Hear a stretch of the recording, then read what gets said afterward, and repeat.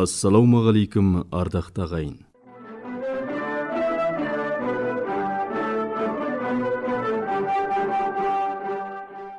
Байнөлге аймағының бұқаралық радиосы кезекті хабарын ұсынады.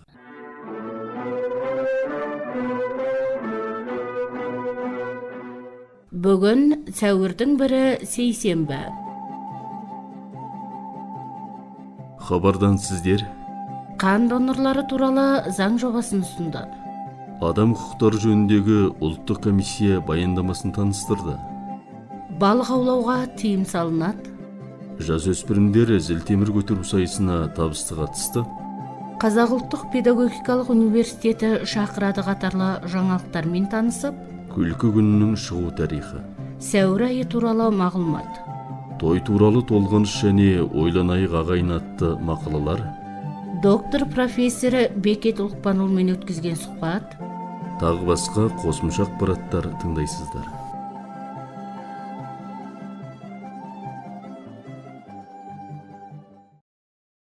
Хабарымызды ел жаңалықтарымен бастаймыз. Мемлекеттік ұлы құрыл төрағасы Амырбай Сығланға мемлекеттік ұлы құрыл депутаттары Чембүрін, Батсүмбіріл, Әрөнзая және Алдыр Жапқылындар Наурыздың 31-інде қан донорлары туралы заң жобасын ұсынды. Елімізде 25-45 жас аралығындағы белсенді донорлардың халық санына шаққандағы иеленетін пайызы азаю үстінде. Қан және қан өнімдерінің қорымен қамтамасыз етуді жақсарту маңызды мәселеге айналуда. Дүниежүзілік денсаулық ұйымының мәліметі бойынша 171 елдің 110-ында қан құюдың қауіпсіздігі мен сапасын реттейтін арнайы заңдар бар. Заң жобасын ұсынушылар жоғарыдағы ақпараттармен бөлісе келе, қан доноры туралы заң жобасын бекіту осы саладағы құқықтық ортаны нығайтады. Қан донорларын оқыту мен насихаттауды жақсартады және жергілікті өлкелерде ілгерілеушілік пайда болады деген сенімдерін білдірді.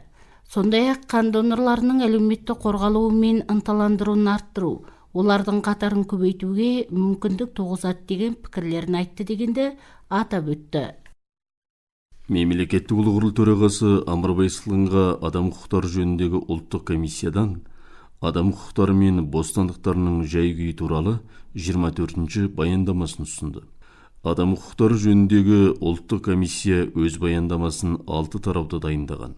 Олар сайлау және сайлану құқығы, 2024 жылғы сайлау іс-әрекеті, адам құқықтарын қорғаушылардың, ақтаушылары мен журналистердің қазіргі жағдайы, адам құқықтары және электрондық технологиялар, технологияларды қолдану арқылы жасалған жендірлік зорлық-зомбылықтың қазіргі жағдайы және мәселелері, әділ сот үшін құқықты жүзеге асыру, қылмысты істерді тергеп шешудегі жыныстық зорлық-зомбылықтан зардап шегуші балалар құқығының кейбір мәселелері деп аталады. Адам құқықтары жөніндегі ұлттық комиссияның төрағасы Сүнжіт, сайлау және сайлану құқығы, 2024 жылғы сайлау іс-әрекеті тарау ауқымында 2024 жылғы мемлекеттік ұлы құрыл және аймақ Астана Сұмын аудандық азаматтар өкілдері құрылының кезекті сайлауында дауыс беру құқығы бар азаматтардың жалпыға бірдей тікелей, тең және жасырын дауыс берудің негізгі қағидаттарын жүзеге асыруына зерттеу жасалған туралы таныстырды.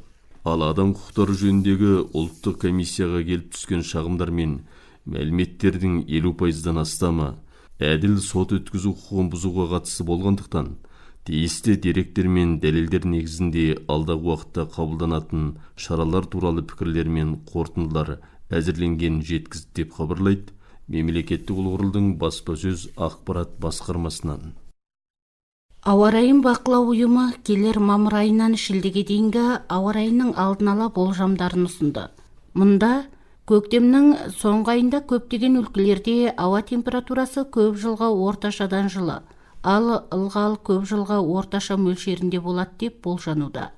Алайда қатты жел мен дауылдың ықтималдылығы жоғары көрінеді.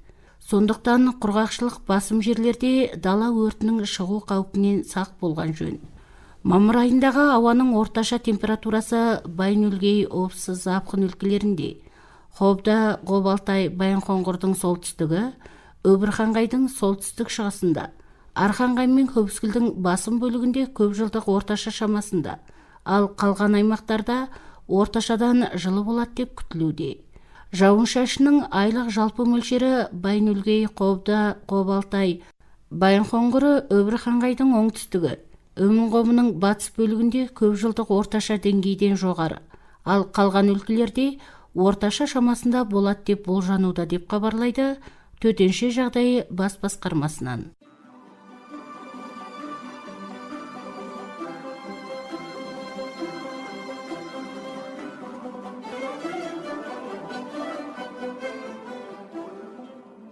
Аймағымызда зілтемір көтеруден жасөспірімдер арасында сыналту өтті.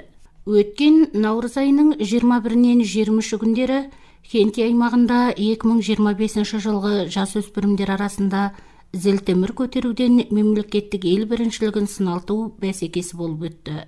Бұл жолғы сайысқа барлығы 170 спортшы қатысып, күш сынасты. Аймағымыздан 5 спортшы барып, 36 келі салмаққа қатысқан Әнжу 56 келі зілтемірді бағындырып, күміс медалға қол жеткізсе, өзге де салмақтарда күш сынасқан спортшыларымыз Абылайқан, Роза, Бердігүлдер алдыңғы төрттіктен көрінді.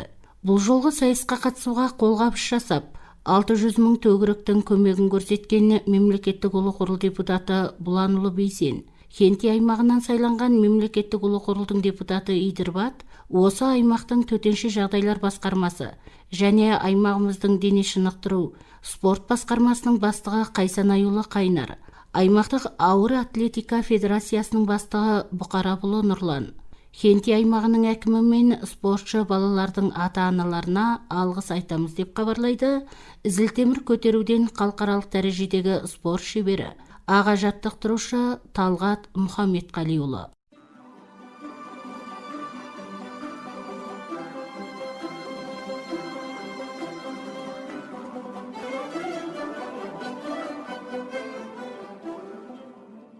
Абай атындағы Қазақ ұлттық педагогикалық университеті 1928 жылы ашылған Қазақстандағы алғашқы жоғарғы оқу орны.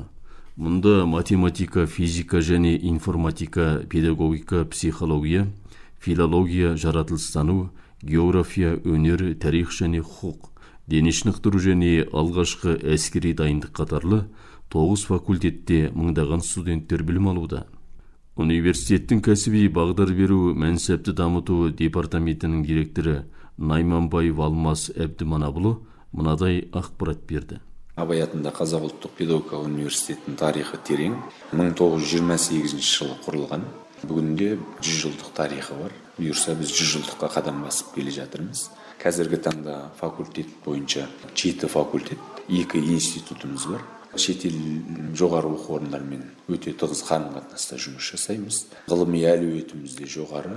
Республикаға танымал мектеп бағдарламасының авторларының 70-80% біздің университетте жұмыс жасайды. Біз ең бірінші университеттің тарихымен мақтанамыз. Өйткені ол жерде Ахмет Байтұрсынов жұмыс жасаған, ол жерде тіл білгірі ғалым Рабиға Сыздық жұмыс жасаған, ол жерде әдебиеттанушы ғалым академик Серік Исмайұлы Қирабаев жұмыс жасаған. Одан бөлек біздің түлектеріміз республикаға танымал, ол журналистика саласында болсын, ол педагогикалық білім беру саласында болсын, республиканың кез келген жерінде, аймағында осы білім саласында қызмет етіп келеді. Одан бөлек университетте бүгінгі таңда 17,5 мың студент білім алады. Биыл 4600-дей білім алушы бітіреді бұйырса. Енді сол жаңа оқу жылында 5000-ға жуық білім алушы қабылдау жоспарымызда тұр. Біз енді мына Моңғолия өлкесі, оның ішінде Баян-Өлгейге келудегі мақсатымыз осындағы қандастарды, отандастарды қазақ еліне шақыру. Бүгін міне Моңғолиядағы қазақстандық білім беру күндері өтіп жатыр.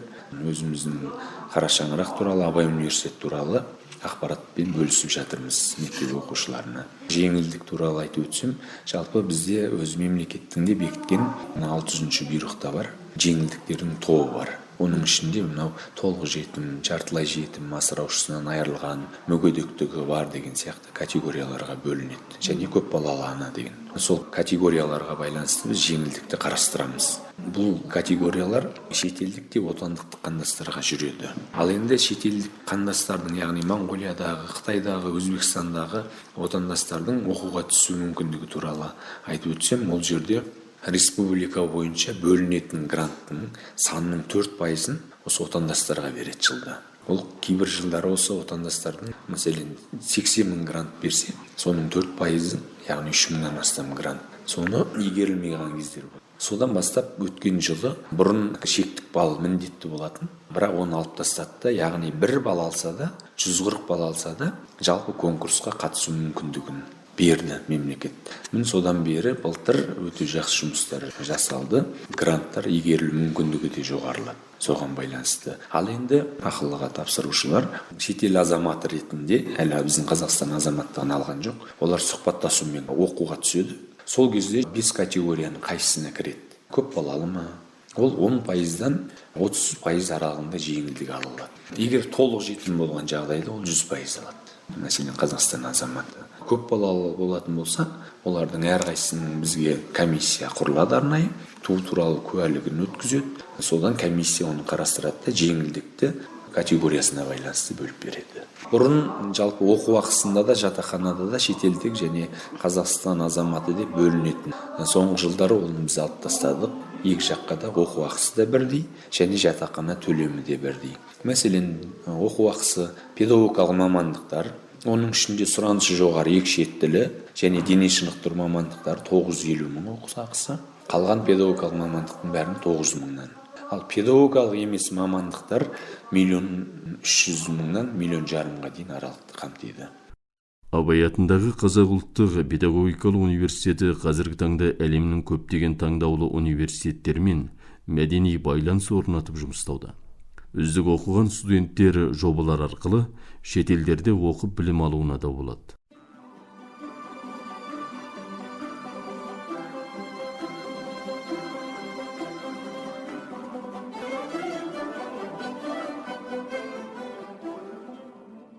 Балық аулауға тыйым салынады. Жануарлар туралы заңының 9 бабы бойынша сәуірдің 1-нен маусымның 15-не дейін балық аулауға тыйым салынған. Жыл сайын осы уақытта тұрмыстық қажеттілік немесе әуесқойлықпен балық аулау қайшылығы көп тіркеледі. Бұл жөнінде аймақтық табиғи орта басқармасының маманы Жұлдыз Ибатұлы былай дейді. Жануарлар заңының 9 тармағында балықты 4 айдың 1-нен 6 айдың 15-не дейін аулауға тыйым салынған. Осы уақытта мемлекеттік қорық жерінен аулайтын болса, қылмыстық іс қозғалады деп көрсетілген. Мемлекеттік қорық жерінен тысқары жерден ауланса, қайшылық заңының 7-12 тармағының 4 бабында қандай бір балықты аулаған құралы тасымалдаса, азаматтарды 300 000 төгірікпен айып салып, қара балықтың жаңағы экологиялық бағалауы 30 000 төгірік өтемақысы, сары балықты жаңа 15 000 төгірікті 2 еселеніп өтемақысы алынады. Осыны жаңағы халық көпшілік көбінде байқау керек. Осыны біз аймақтық табиғат қорғау орнынан осыған ескерту жариялап отырмыз. Енді көпшілік азаматтар күн жылынып келеді, саяхаттап арнайы қорық, мемлекеттік қорық жеріне барғанда қандай бір абайсыздан балық алудан аулақ болыңыздар. 2024 жылы заңсыз балық аулаған 8 жағдай анықталып, 61 дана балық аулаған 8 азаматқа қайшылық туралы заң бойынша 2.250.000 төгіріктің айыппұлы салынып, 3.210.000 төгіріктің өтемақысы төлетілген.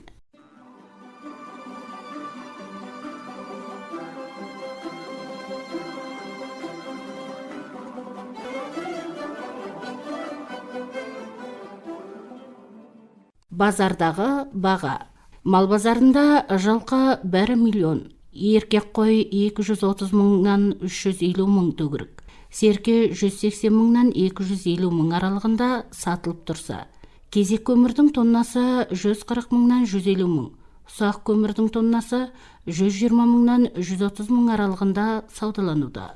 Орыстың жоғарғы сорттың 50 келі уны 75 мың төгірік, бірінші уны 70 мың төгірік болса, бір бума көк шөп 12 мың, сары шөп 9 мыңнан 10 мың, 50 келі ширатпа кебек 29 мыңнан 30 мың төгірік, ұн кебек 16 мың төгірікпен саудалануда.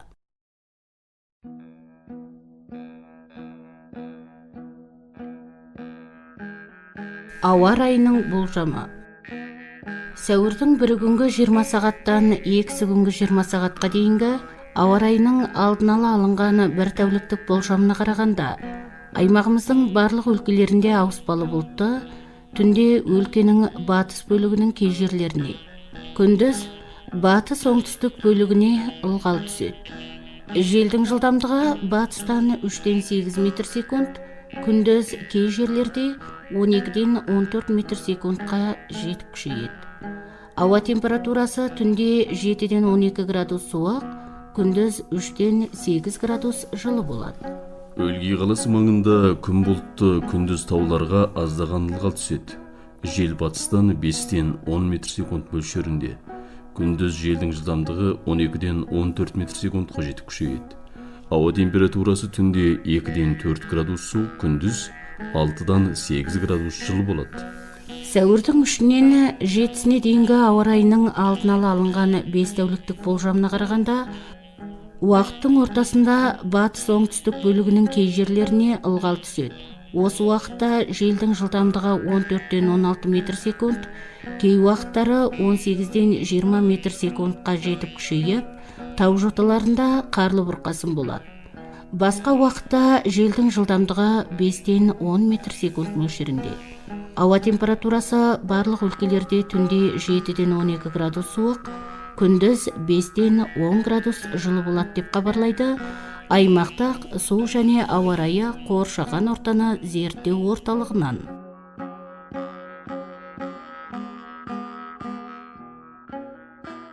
Сіздер ағымдағы ақпараттармен таныс болдыңыздар.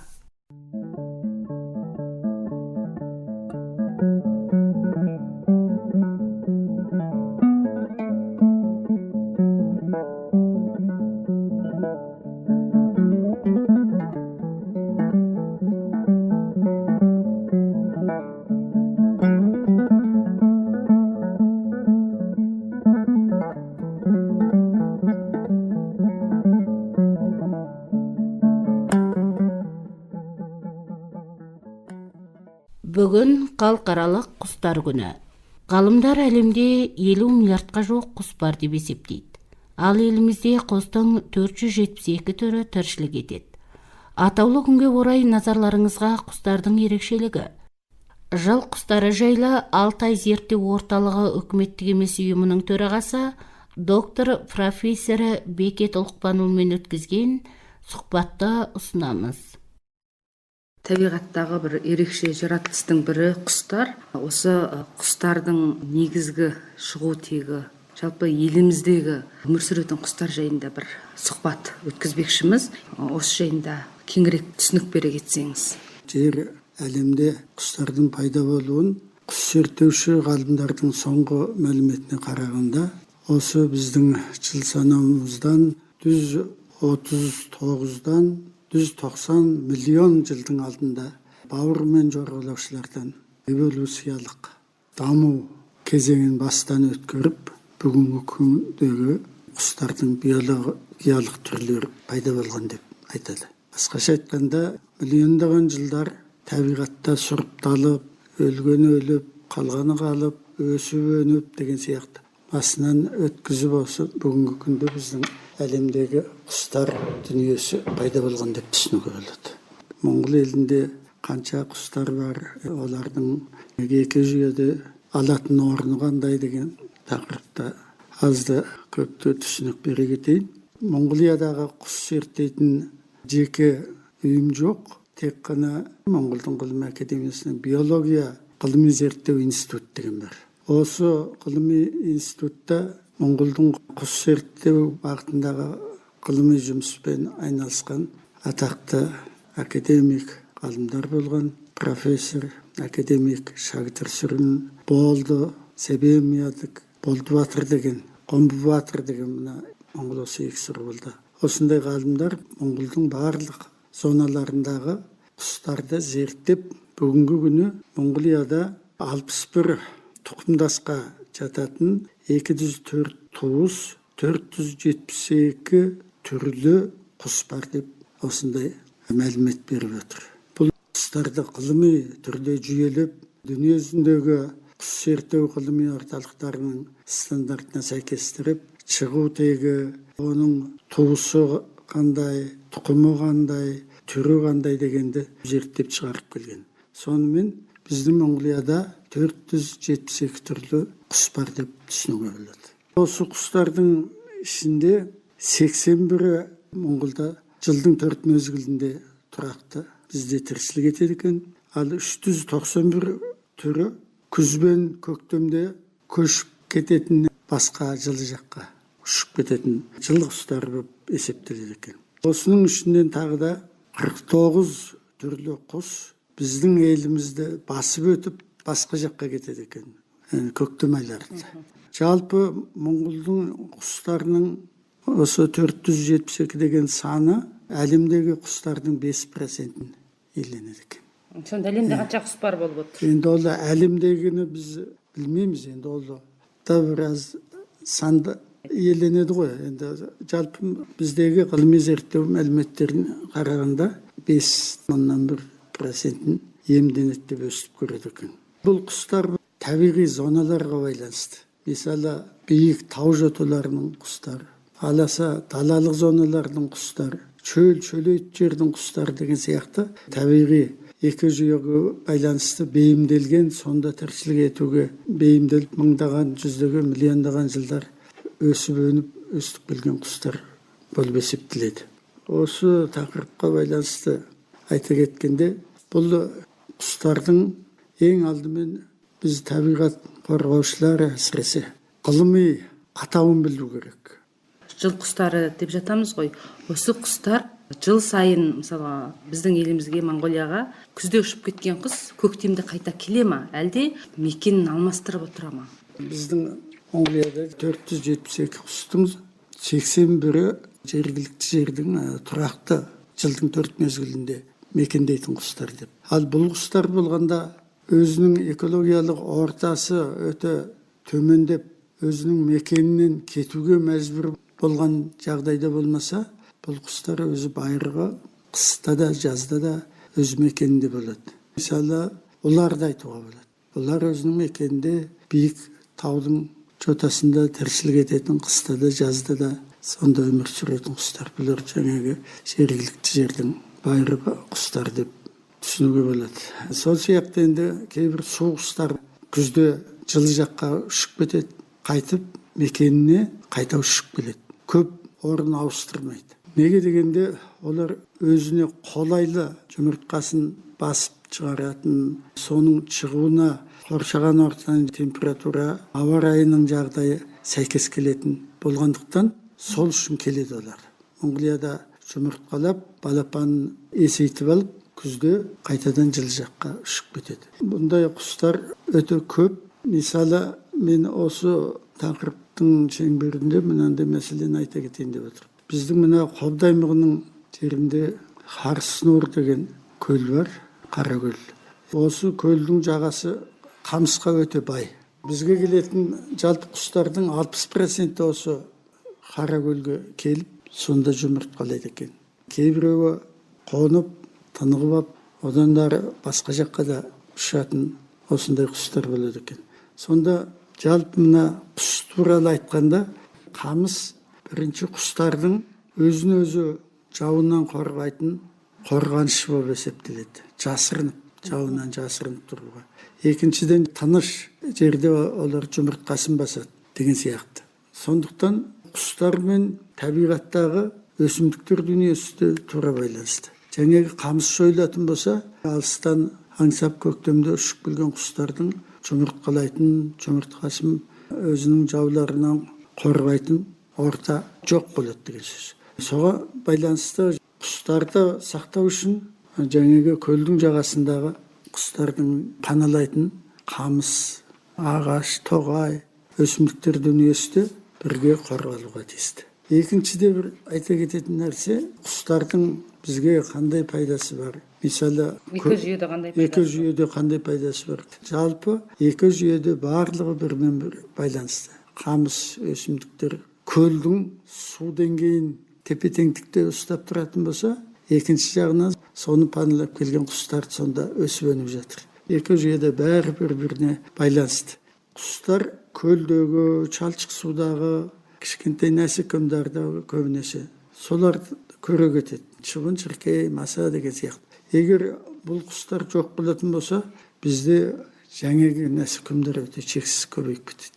Осыны шектеп тұрады ең бер жағы. Одан басқа олардың саңғыр деп айтамыз. Сол ішіп жегені қайтадан көлге тастайды. Ол бар минералдық заттар болып көлдің де тепе-теңдігін экожүйеге қатысты бүкіл көзге көрінбейтін процестеріне қатты әсер етеді. Құстардың өсіп өну ерекшелігі енді қандай? Құстардың өсіп өну ерекшелігі жұмыртқасына көбінесе біздің елге әкеліп жұмыртқалайды. Себебі оңтүстікте енді ол кезде өте ыстық болып кетеді. Қатты Жұмыртқасы шіріп кетеді қатты ыстықта. Сондықтан біздің Моңғолдың экологиясы жалпы су құстарына, басқа түрлі құстарға да өте қолайлы болып келетіндіктен жұмыртқаларын осы жақта басып шығарады. Мысалы енді аққуды алып көретін болсақ, аққу Моңғолға келіп, осы біздің мына Сырғалы үлкен көлдеріміз, мына Тұлба дейміз,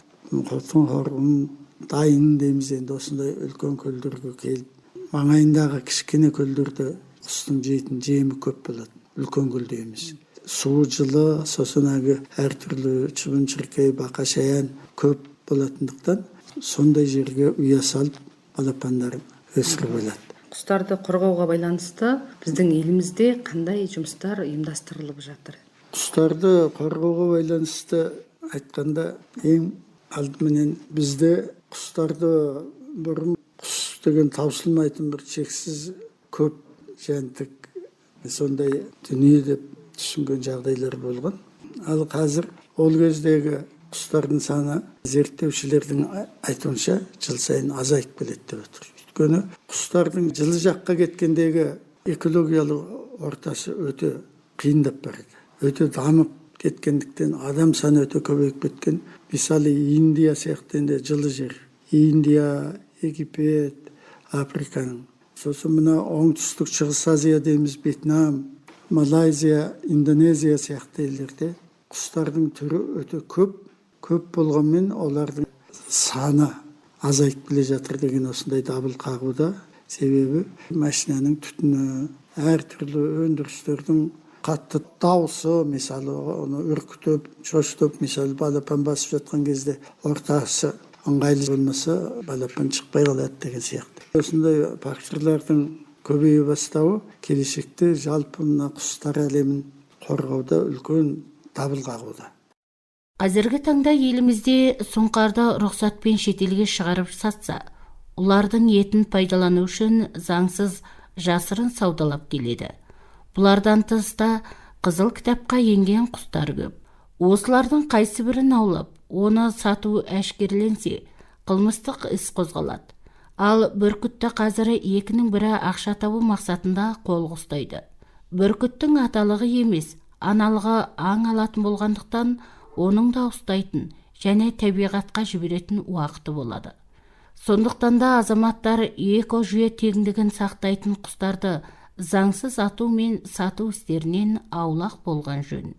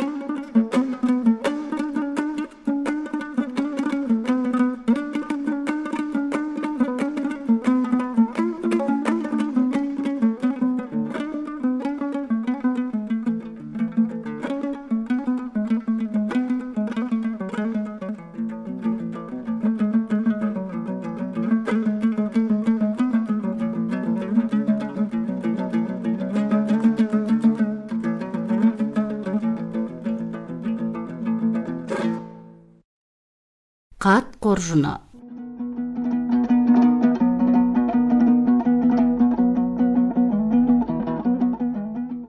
Той туралы толғаныс.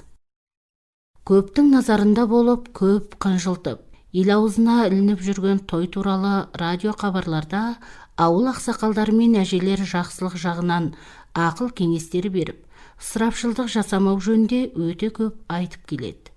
Бірақ тойдағы ысырапшылдықты қойғанда қойып, ол үдей түсті. Әсіресе бар жиған тергенін шашатын үйлену тойындағы қаражатқа ішің ашиды. Екі жастың үйленіп үй болу тойы жақсы өтіп, көптің көңілінен шығып, бақытты болса болғаны. Тойға мұның не қатысы бар? Ақша той иесінен шықты емес пе дейтінде біреу бар шығар. Бейберекетсіздік, ысырапшылдық көп кездеседі. Той кешке 5 сағатта басталады деп шақыру аламыз. Бірақ 3 сағат күтіп, 8 дегенде бала шағамызды шұбыртып келіп, жиын терін боламыз. Енді қалған аз уақытта шапан жабу рәсімі басталады. Шапан емес, ол шапанның күні өз жайында қалған. Бас құдаға бағалы қырым тон, құндыз тымақ, құдағиға қымбат құндыз бөрік пен тон. Бала берген жақтың адам санына және тапсырыс бойынша неше адам болса да жауып киіндіріп үлгереді.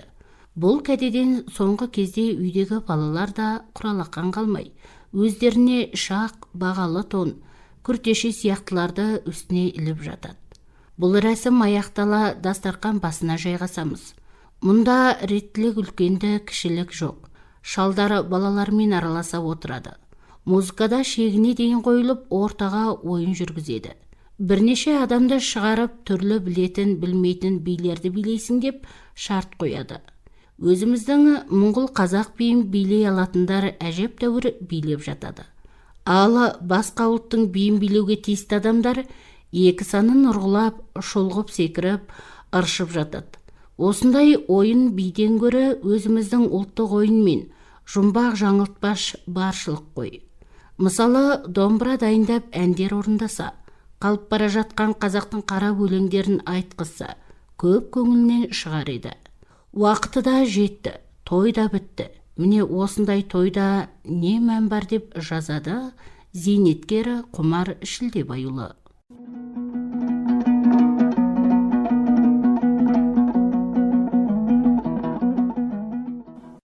Ойланайық ағайын.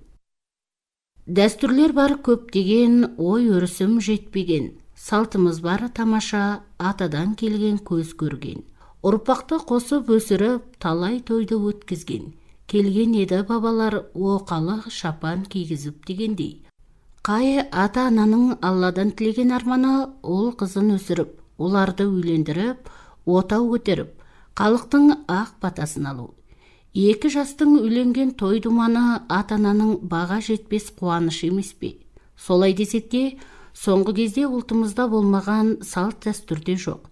Сорақы шапан емес ау, тон тарату тойы етек алуда. Құдалары өзара байлығын көрсеткен, шенталастыққа салынған той болып барады. Той бастала 2 сағат тон, шапан, бөрік ілестірумен уақыт өтуде. Ол олма тілеуге шақырылған 500-600 қонақты қаршып, шапаны қашан бітеді деп мойнын созып есінеп отырады. Құдаларға қандай тон бергені қонақтарға не керек? Ауданы танымайды да. Тек екі жақтың құдалары бір-біріне киім кигізіп мәресері. Бір-бірін жаңа көргенде құшақтасып, сүйісіп жатады. Оның сыртында келмеген құданыңкі деп тағы береді. Сондай жанашыр құда болса, екі баланың бір реткі қуанышты тойына келмей ме? Балаларды сыйлап келмеген ағайын туыстан қандай қамқорлық болмақ? Шапан жапқан уақытқа екі баланың қуанышын мәнді де сәнді, әнді де күйлі, нағыз думанды той болғызуға неге болмайды? Дәстүрімізді бұрмалап бұзып барамыз. Мағынасыз қалың тон, шапан жабудан ұрпаққа үлгі боларлық не бары? Тек сол күнгі құдалардың байлығын көрсеткен көрініс қана.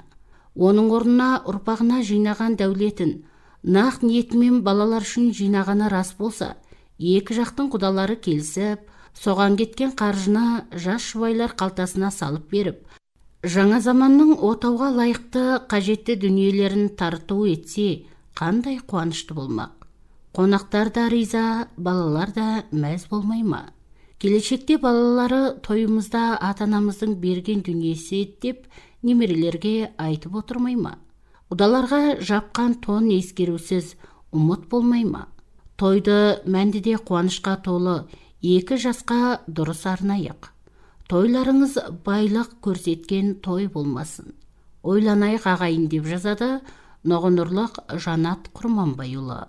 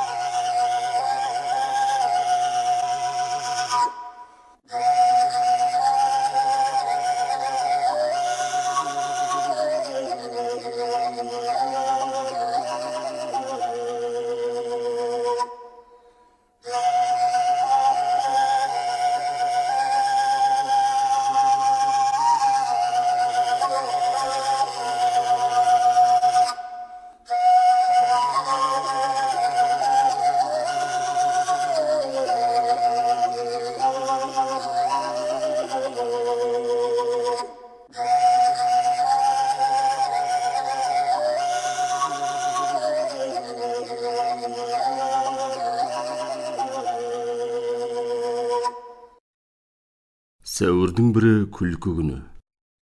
Бұл күнді тойлау Франциядан бастау алған деседі. Оны алдау күні деп те атаған. Әзілге толы бұл күннің шыққан жылымен тегі әлі күнге дейін беймәлім. Алайда шығу тарихының бірнеше нұсқалары бар. Көптеген христиан дін ұстанатын елдер 1 сәуірде күн мен түн теңелумен Пасха мерекесін атап өткен. Мереке күні күллі жамағат ойын-сауық құрып, әзіл қалжыңға толы әрекеттермен көңілдерін көтеретін. Бұл дәстүр әлі күнге дейін жалғасуда. Күлкі күнінің шығу тарихы туралы келесі әңгіме 1582 жылы Рим папасы Григорий енгізген Григориан күнтізбесіне көшумен тығыз байланысты. Орта ғасырларда жаңа жыл мерекесі 1 қаңтарда емес, наурыз айының соңғы күндері тойланатын. Жаңа жылды тойлау 25 наурыздан бастау алып, 1 сәуірге дейін жалғасатын. Апта бойы әзіл қалжыңға толы әрекеттер жасалып көңіл көтерілетін. Жаңа күнтізбеге көшкен соң, бұл дәстүр өз күшін жоғалтқан жоқ. Жаңа жылды тойламаса да, әзілге жақын жамағат ойын-сауықты жалғастыруды тоқтатпады. Кейбір деректерде күлкі күні ежелгі үнді елінен шыққан делінеді. Үндістанда 31 наурызда әзіл-оспақ күні атап өтіледі. Тарихқа көз жүгіртетін болсақ, ежелгі Рим күлкі күнінің шығуына себеп болған көрінеді. Ақпан айының ортасында ақымақтар мерекесі тойлана бастаған. Күлкіге толы мереке сәуір айына дейін жалғасады. 18 ғасырда күлкі күні кеңінен танылып, ауқымды әзілге толы шараға айналды. Күлкі күнінде міндетті түрде өзгелермен әзілдесіп, барлығын алдау керек. Еуропадан бастау алған бұл шара уақыт өте келе, әлемнің басқа да мемлекеттеріне кеңінен таралды. Күлкі пайдалы дәрумен, жадырап, күліп жүруге жазсын. Тәуір ай, сәуір айы хақында. Қазақ халқы бертінге дейін көктемнің 2 айын көкөк деп атап келген. Бірақ кейін келе бұл айдың атауы сәуір болып өзгерген. Сәуір көктемнің 2 айы. Арабша өгіз деген мағынаны береді. Ал өгіз деген күн жолындағы шоқ жұлдыздың аты. Қазақтар оны ай аты ретінде қолданып кеткен. Сәуірдің ерте кездегі атауы көкөк болатын. Көкек деген өз атын өз шақыратын ұшқалақ жеңілтек құс. Бұл сөз жағымсыз мәнде айтылады деген оймен сәуір атауын екінші айға таққан екен деп көретіндер де баршылық. Қазақ ежелден көшпелі өмір салтын ұстанып, мал шаруашылығымен күн көрген халық ретінде жыл мезгілдерінің ауысатын уақытын анық біліп отыру керек болған. Бұл малдың төлдеу кезінде күннің райы қандай болатын дәл болжап, жас төлді аман аяқтандыру үшін де қажет еді. Осы тұрмыстық шаруашылық қажеттілік көшпенділерді ғасырлар жүзінде жыл мезгілдерін анық айыратын, аяттарын берік орнықтырған халық етіп қалыптастырды. Көптеген зерттеушілер ежелгі көшпенділер жыл мезгілдерін, тіпті алдағы табиғи апаттар мен тосын оқиғаларды жұлдызға қарап анықтаған деген тұжырымға келеді. Жұлдызшылар жұлдыздардың орнын өзгертуі, қозғалыс жылдамдығының өзгерісі, анық өшкіндік және басқа да құбылыстарға қарап ауа райын дәл болжайтын болған. Қазақтың ақиық ақыны Мұқағали Мақатаевта «Сабылып келді міне сәуір айы қазақтың тәуір айы. Жылайды да тұрады жылан құбылт, бара жатыр не болып ауа райы. Ақ нөсер өткіншісі бәрі дайын, сабылтыға келген мына сәуір айын. Құтты көріп диқандары құптағанмен, малшылар салып отыр саруайым. Жылап тұр жылан құбылт сабылып тұр, сағынып тұр күн нұрын жабығып қыр. Бірде жауын біресе қарға айналып, сәуір айы малшыға қағынып тұр. Шопан жүр малыменен көптен бөлек, төпеп тұр келер емес көктен көмек. Сәуір айын сықпыртып сыбайды кеп, құрғырдың түбі түсіп кеткен бе деп. Ойында әрі ашу әрі уайым, әйтеуір оңдырған жоқ сәуір айын. Сәуір айы малшыға саруайым, малмен бірге бағады ауа райын. Ал осы тақырыпты тереңірек зерттеген қазақстандық журналист Ербол Жанаттың пікірінше, сәуір сөзі айдың атауы ретінде емес, осы айдағы амал атауы ретінде қолданылса керек. Сол амал жақсы өтпей, кейін күн райда тәуір болмайтынын айтқан. Қазақта амал деген ұғым бар. Әр жыл мезгілінде қала берді әр айда болатын табиғат құбылыстарын амал деп атайды. От амалы, бес қонақ, сәуір амалы, Құралайдың салқыны, осының бәрі амалдар. Әрбірінде болатын құбылыс әртүрлі. Соған сай жасалатын қам қарекетте өзгеше. Қариялар сәуір амалы кіргенде жаз бұлттарын бақылайды. Бұлт төніп ыдырамаса, сәуірдің бұлты қалып қойғаны. Онда сәуір амалы ұзаққа созылып 40 күнге жалғасады. Жаңбыр нөсерлеп жауып, соңы қарға ұласады. Халқымызда бұл амалға қатысты сәуір болмай сайран болмас, сайран болмай айран болмас. Сәуір болса күн күркірер, күн күркіресе көк дүркірер. Сәуірдегі жауын сауып тұрған сауын. Сәуір жақсылығына бақса 6 күн, жақсылығына бақпаса 60 күн. Сәуір болмай тәуір болмас деген мақал мәтел қанатты сөздер бар. Сонымен қатар қазақ халқы сәуір амалы кезінде соғатын көктемгі желді де сәуір деп атайды. Бұл жайда қазақстандық Айнұр Ардаққызы қазіргі қолданыста жүрген ай атауларының ішінде саяси сипатпен еніп кеткен бір ай бар. Ол сәуір айы. Бұрынғы қазақ бұл айды көкек деп атаған.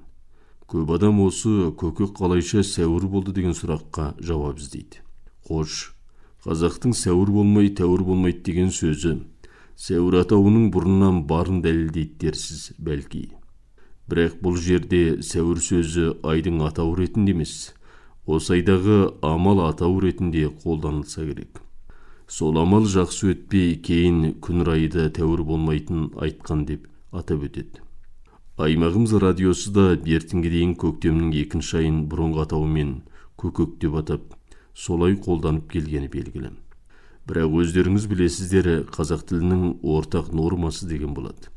Әдеби тіл деген атау да бар. Ал тілдің орталығы әрине Қазақстан. Сондықтан біздегі қазақ тіліндегі ақпарат құралдары да Қазақстандағы атауға бағынған еді. Өйткені тілдік норма деген бізге де қатысты мәселе екендігі түсінікті. Қалай десек те, көктем өзіне тән көркімен тәнті етсін. Сәуір айы шынында да тәуір ай болсын деп тілейік.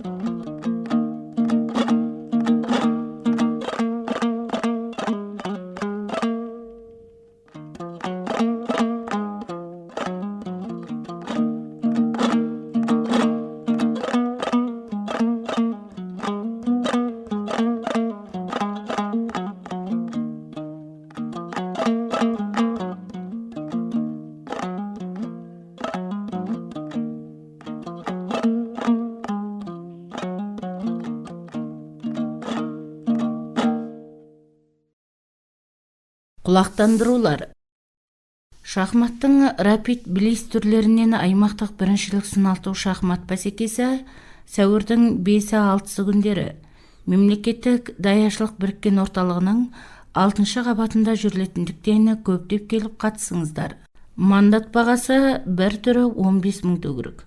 Толық мәліметті Еркебұланнан немесе 99 16 41 21 телефон арқылы алуға болады.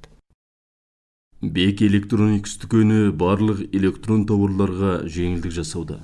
Арман сауда орталығының 2 қабатында Бек электроникс дүкені қайтадан жаңадан ашылып жатқандығына орай 4 ай біткенше су қайнатқыш өтік, палау пісіргіш, блендер, нан пісіргіш, бұл өтігі тағы да басқадай тауарлар өндіріс бағасымен сатылуда.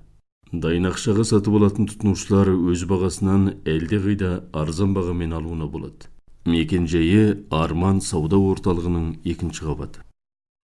Бұғы тұсымына 4 бағының тұрғыны Амантайдың Мұхаммеді сәуірдің 2 күні 13 сағатта сотқа дайын болыңыз.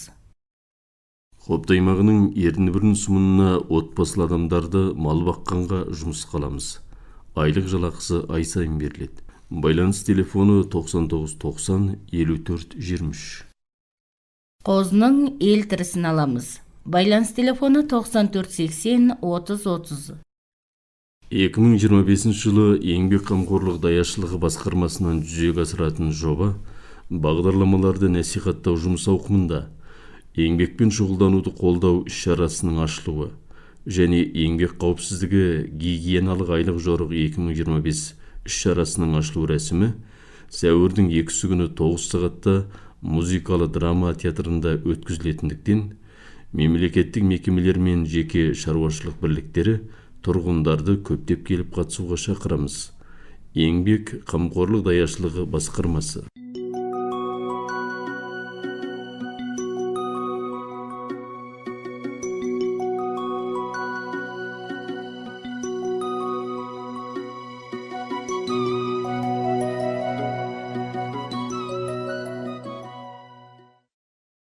Құттықтау. Улаңғысымына 10 швақ тұрғындары Балдызымыз Будылбай Жаңгөлі болатқан аскалардың еңбектері бағаланып Наурыз мейрамы қарсаңында аймақтық саңлақ малшы болуларымен құттықтай келе, шаңырақтарыңызға шаттық, дендеріңізге саулық, мал бастарыңыз аман болсын. Келер жылы мемлекеттік саңлақ болуларыңызды тілейміз. Жездесі Досжан апайы Айшагүл, жиендері Гүлдана Нұрасыл аяулым, бауыры Кәдірбек келіні Назерке, немересі Перизат. Көңіл айтамыз. Қазақстанның Қоянды ауылында тұратын досым Шынарбекұлы Болаттың жұбайы Мұхамеди қызы Ғалияның өмірден өтуіне байланысты досым Болатқа анасы Бақира, қарындасы Кәмшат, бауыры Талғат, балалары Арман, Сая және барлық ағайын туыстарына марқұмның жаны жәннатта, топырағы торқа, иманы жолдас болсын деп көңіл айтамыз. Достары Санай, Кәсирен және отбасы. Бірге оқыған досымыз Қуанышұлы Мұхаммедтің аяулы жары Самалқан қызы Амангүлдің өмірден өтуіне байланысты досымыз Мұхаммедке және балалары мен ағайын туыстарына Амангүл марқұмның топырағы торқа, иманы жолдас болсын деп көңіл айтамыз. Алда берілетін жетілік науқаны қабыл болсын. 1986 жылы Ақкөл қалашық 8 жылдық орта мектебін бірге бітірген Қазақстан және Монғолияның түкпір-түкпіріндегі барлық достары. Науқан қабыл болсын. Ақсолтанұлы Шаяқан марқұмның жетісі сәуірдің 3 күні бейсенбіде Сақсай Сұмын орталығындағы шаңырағында беріледі. Зайыбы Сабақ, ағалары Солтанбай Шаймардан, бауырлары Шәдетқан, Мәдетқан, Мауқан, балалары Жәрдембек, Тілекберді және қыз күйеу балалары. Тойшыбай қызы Лашы марқұмның жетісі сәуірдің 2 күні Өлгей Сұмына 12-ші вақтағы шаңырағында беріледі. Әке шешесі Тойшыбай Йолка, әпекесі Лар, ағалары Елеусіз Аяп берген Тұсқабай Естайғажы, апасы Күлпаран. Қалашұлы Шешен Шегей марқұмның 2 жылдығы сәуірдің 3 күні Өлгей Сұмыны 12-ші вақтағы ағасы Шершенқанның шаңырағында беріледі. Ағасы Шершенқан, жездесі Самалқан, әпекелері Күлден, Елеуқан, бауырлары Мерейбек, Володия, Мәулен. Самарқанұлы Жәмкей марқұмның 2 жылдығы сәуірдің 3 күні бейсенбіде Өлгейдің 1-ші бағындағы шаңырағында беріледі. Енесі Қымыз, ағасы Кенейқан, зайыбы Бақытгүл, бауырлары Ниязқан, Титов, Ермек, балалары Алданыш, Қуаныш, Заңғар және қыз күйеу балалары. Соңғыбайұлы Нәпиқ марқұмның 3 жылдығы сәуірдің 3 күні 8-ші бақтағы шаңырағында беріледі. Отбасы және балалары Айбек, Серікжан, Жасұлан, ағасы Кескек, жиені Азатқан қажы, бауырлары Кәдірбек, Кәгібат, Қозбек, күйеу баласы Әуесқан және қарындастар мен қыз күйеу балалары. Құнапияулы Төлеген марқұмның 4 жылдығы сәуірдің 3 күні Сарыбұлақтағы баласы Батанның шаңырағында беріледі. Бауырлары Байғабыл, Бейғабыл, Бұқат, Бақытқан, балалары Бекболат, Аманжол, Рахат, Әжу, Батан, Өміржан, Арқалық және қыз күйеу балалары мен келіндері. Хабар айтамыз. Тұлбасымыны 1-ші бағының тұрғыны Мол Құруылы Қабылқай қызы Шәуен 90-ға қараған шағында науқастан қайтыс болды. Марқұм Шәуен ертең сәуірдің 2 күні Тұлбаның көк тұмсығына жерленетіндігін хабарлаймыз. Хабарлаушы жұбайы Құдыс, балалары Алла берген Ағла, немересі Жандос, қайындары Әнікей, Әдіс, Азат, қайынсіңлілері Нәзира, Кәлима, қыздары Әзине, Қазине, Гүлзира және тағы басқа қыз күйеу балалары мен келіндері, ағайын туыстары. Тұлбасымына 3-ші бақ Қоңырөлең тұрғыны Бақат Бәйгелдірулы. Арапқан қызы Бұлбұлгүлі Гүлінка бүгін сәуірдің 1 күні науқастан қайтыс болды. Марқұм Бұлбұлгүлі Гүлінка сәуірдің 3 күні Қоңырөлеңге жерленетіндігін хабарлаймыз.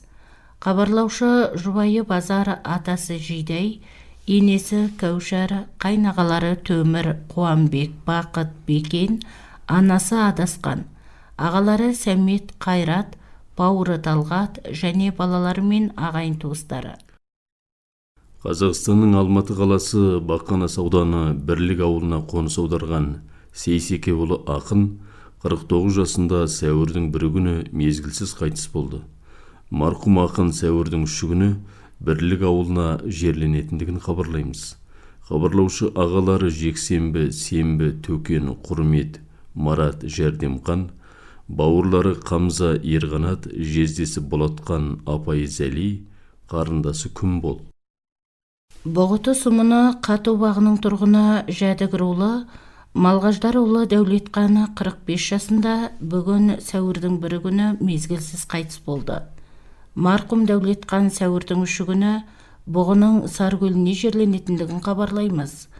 Хабарлаушы әке шешесі Малғаждар Шаша, ағалары Мұсай Жөкен, нағаш ағалары Абай Аманбек, бауырлары Сапар Бақытбек, Мұхтар Дәулет Серікбол, Зайыбы Мөлдір, қайнағасы Адалбек және әпеке жезделері мен қыз күйеу балалары.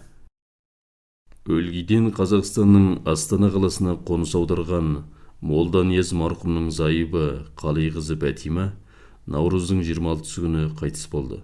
Марқұм Бәтима сонда жерленгендігін 7 сәуірдің 3 күні Астанадағы шаңырағында және өлгейдегі күйеу баласы Сейітмұраттың шаңырағында берілетіндігін хабарлаймыз. Хабарлаушы қайнағасы Қожанияз, қайынсіңлісі Қарлығаш, қайындары Бұқан, Өмірбек, Нұрлыбек, Жеңісбек, Заманбек, күйеу балалары Қуанған, Шейдолда, Сейітмұрат, Мұрат, Манатқан, Асылбек, қызы Назгүл. Қадірменді радио тыңдаушылары, бүгінгі хабарымыз осымен аяқталды. Аман сау болыңыздар.